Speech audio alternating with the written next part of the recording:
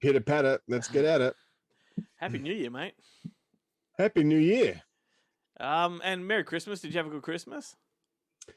Yeah, I had a great Christmas. I did absolutely nothing. It was Same fantastic. here. It was amazing. Like I Ah, had, shit. yeah, I do Christmas Eve with the family, Mhm. and so Christmas Day is just spent watching movies Haha. or whatever, we or thinking. I don't know if you're anything like me. I spend more time looking on streaming services for something to watch yeah. than actually watching something. So I spent a lot of time searching streaming services. The key to it is just to once something takes your fancy, click play instead of saying I'll come back to that Yeah, because you never come back to it. never come back And to it. sometimes you scroll too far, you can't be bothered going all the way back. Yeah, you can't, or you just can't find it. Like it disappears in the flow, and you're like, where did it go? Like I'm sure it was right next to you know it was right next to that Tommy Lee Jones movie. I'll just watch that Tommy Lee Jones movie instead. Exactly. Oh shit. Hey, I don't know if you remember last year. Over the course of the summer, our videos were labeled summer series. So welcome to the summer series, my friend.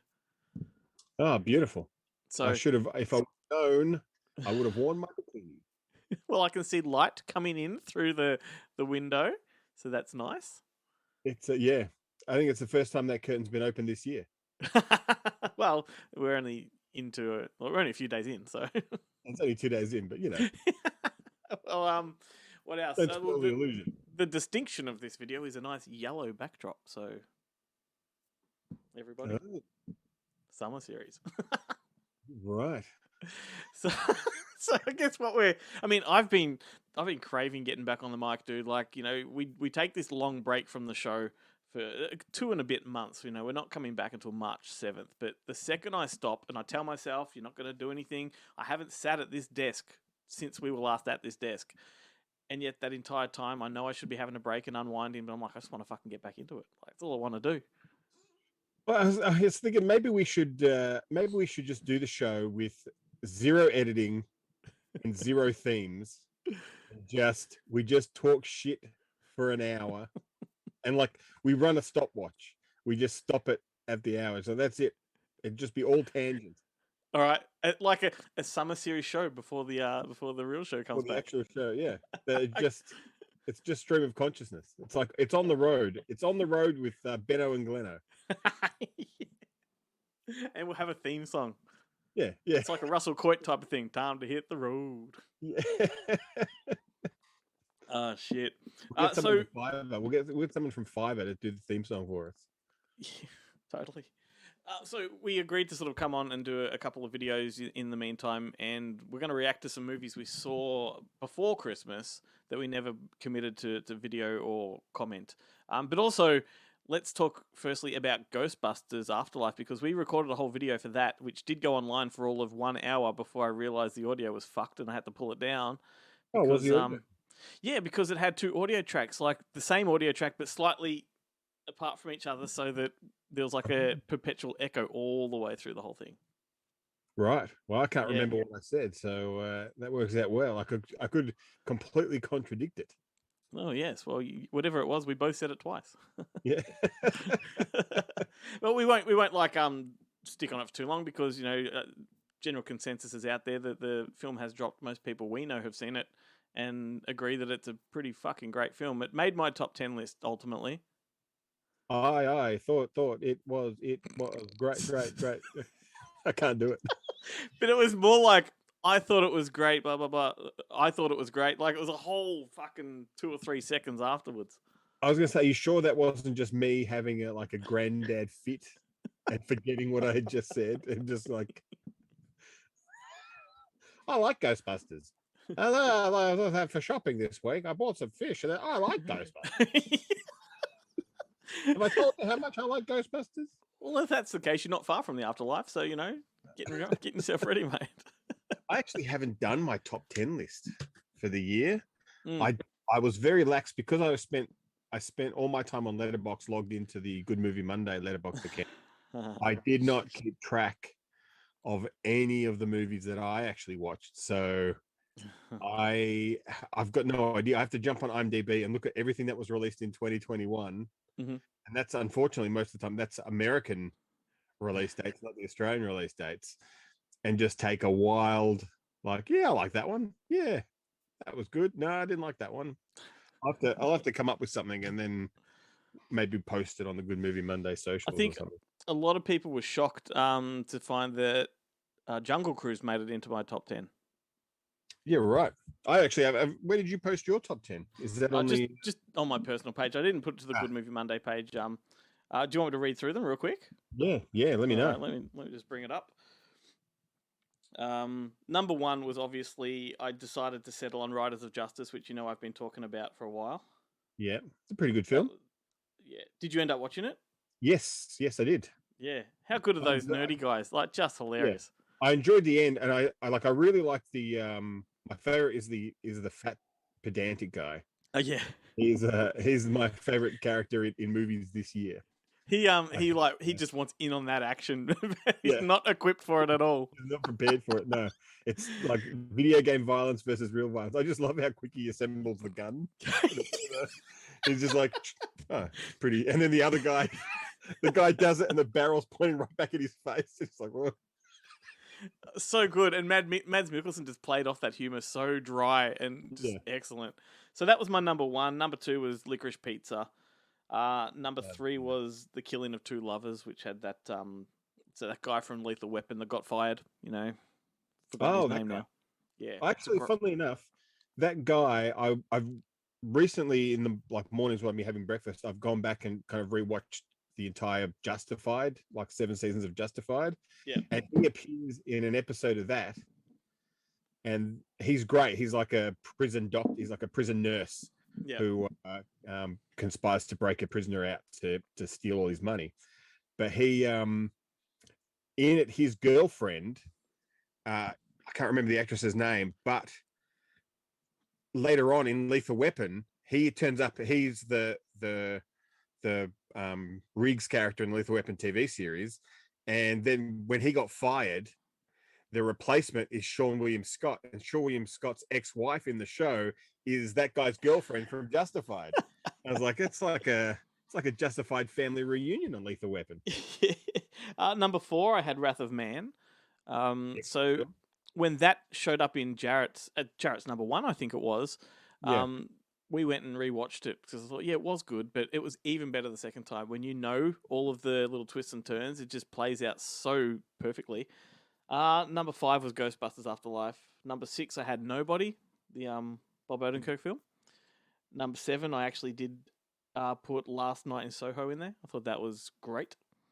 And that's another one that got better the more I thought about it, and sort of, some of them, it takes me a while to really ponder before I can actually nominate. And that's why I don't quite often like talking about films immediately after seeing them. It's like, I need to kind of process this. Number eight, I did Jungle Cruise, based purely on the fact that it was just, we came out of it surprised at how much we enjoyed it, and I think it was more of an emotional response for me. Yeah, it is like Ghostbusters Afterlife. It is a Disney kids film that they don't seem to make anymore. Yeah. And that's the thing too, is these are favorite films. They're not best films. They're like the films that I connected with emotionally. Yeah. Fuck the best films. I don't know what that means. Number 9, I had Benny Loves You, which I talked about on the show last year. And then number 10, I had Pig with Nicolas Cage. The Truffle Hunter movie. Yeah. And I also watched that bloody Prisoners of Ghostland last week. That was a weird fucking movie, that one. I enjoyed it because it was so weird. Look, I had trouble staying conscious through it. I think Jarrett really liked it. Yeah. And a lot of people liked it. Obviously, you liked it. I found it tough. It felt really cheap. It really did feel cheap. It had a great production design, but I'm thinking to myself at the same time, this is a movie made for very little money, and it's just a guy that knows how to put shit on camera. But it wasn't it was weird. I thought for me it was like watching House of Flying Daggers, or I can't remember the other film that guy made, where it was very much a style over substance. Well, kind of yeah, film. Like, it's and I it's usually like Sion Sono's movies, so yeah, because it's like a trashy Japanese version of Escape from New York, isn't it? yeah, but Yeah. with seemingly none of the production design or budget of Escape from New York, which is like saying a lot because I don't think Escape from New York was like a massively budgeted No. film or anything like that. But you really got the sense that they were in a shithole kind of part of New York, of Manhattan Yeah. kind of thing in Escape from Yeah. New York. Whereas in this, you do get the feeling that he's just going from like a rock quarry to another rock quarry a bit further down the road. Like, there was no sense of scale With set dressings. to it. Yeah, Yeah. But I enjoyed it. I mean, Nicolas Cage gets his testicle blown off. That was hilarious. it's pretty funny. It's Like, and like, his suit is good. His like like nipple.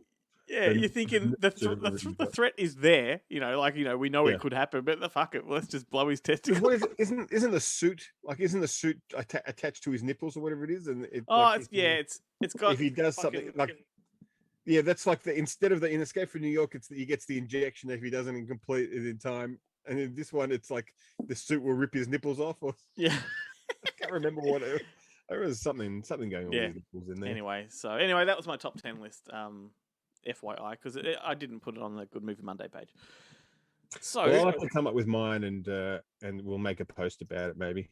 yeah, let's do that. So with Ghostbusters, we both enjoyed. Not only Very much so.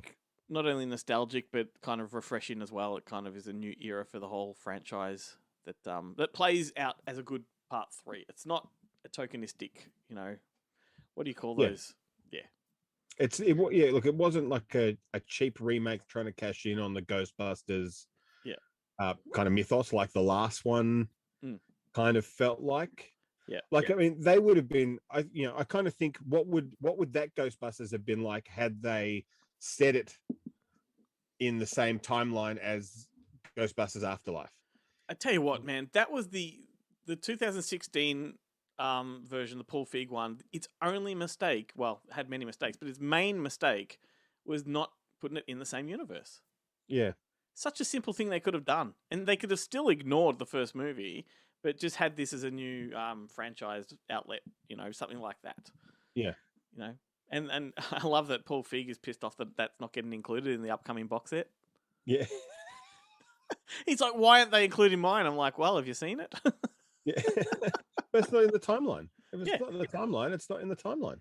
That's right. That's your doing, mate. Anyway. Yeah. Cool. So we also saw Matrix Resurrection together, and I think at one point in time we both fell asleep. Yes, indeed. And I think it gets my vote as worst film of the year, if not, bottom 5 of the year. Yeah. It's surprisingly, it's like a meta film about, what if Neo had chosen the blue pill? Yeah. And you're like, well, that's not a movie. I mean, if that's what the original Matrix movie was, it'd just be like, I'm gonna take the pill and just go back and have a cool life. And then at the end of it would have been an excellent short.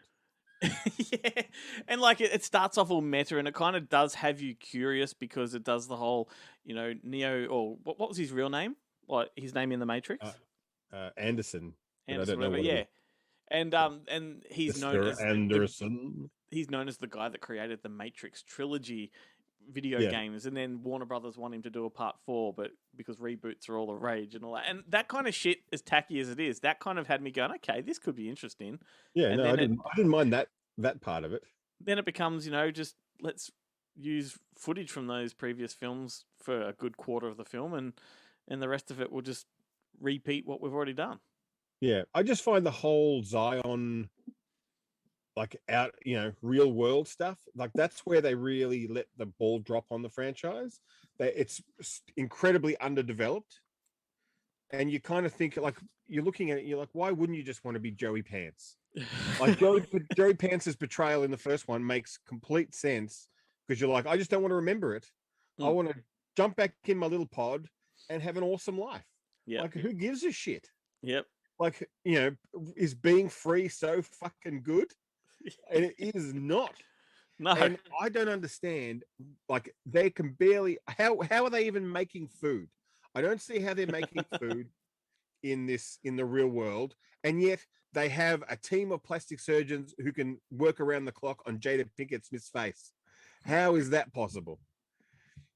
You know, I've been watching. I've just started watching 1883 on Paramount Plus, and I know we're not really supposed to talk about TV shows. That's all right. It's a great show. It's a prequel to Yellowstone, Mhm. if you're not familiar with it. But what's her name? Sarah. Is it Sarah McLaughlin? The No, she's a Sarah, singer. yeah, she's the singer. Yeah, it's Tim McGraw's wife, because Tim McGraw is in it, and she plays. I think she's his wife in real life, and she plays his wife in the show. Yep. And you just like, and Sam Elliott's in it, and it's got all these kind of rugged real people, and then you've got her, and it's obviously like her face is like, it still looks pretty good, but it does look like a kid has gotten to it with some like Play-Doh, and you know, flattened bits out and tucked bits in, and you're just like, it's the fucking Wild West. Like, you cannot have, seemingly today, you can't have any actress over the age of 25 in a Western anymore, because they're all full of Botox. Do you remember like Westerns back in sort of our era of adolescence? All the females that were in these movies had facial scars and shit. Yeah. Like, it was a trope, like, to have like a big scar across there, because fucking blokes would fucking knife them and glass them and shit. Yeah. It was not a good time. I mean, history, it's never been a good time to be a woman, ever. But in the Western period, most definitely. No, it wasn't even a good time to be a bloke in the Westerns back then. No. Anyway, so Matrix Resurrection sucked balls. Like, it was awful. I know you nodded off. I'm pretty certain I nodded off, and yeah, I won't revisit that one in a hurry. And that seems to be a general consensus too. I just thought, what was the point? Like, it brought nothing new to the universe, to the Matrix universe, which had already suffered. Like, after the first, like, that was a movie that was a one and done, as far as I'm concerned. Agreed. It was, great. Neo's the Messiah. He saves the world, and you don't need to. The next step of freeing everybody and creating, like, that's a whole different thing. That's completely unnecessary to see. And they couldn't pull it off with Matrix 2. They couldn't pull it off in Matrix 3, and they certainly couldn't pull it off in Matrix 4. Well, the other thing that's exactly it, because historically, number 2 and 3 are not very well received in the grand scheme of the Matrix, right? They are made fun of by most people, and yet that's what Lana Wachowski chose to rehash. Like, why go back to what didn't work? Yeah, I don't know. Anyway, so then I think it was even maybe the next day we went and saw the Kingsman, which is the prequel to Kingsman, and I enjoyed this one. I didn't love this one. It was fun, but it had some things in there that really bothered me. But what did you make of it? Like, as a prequel?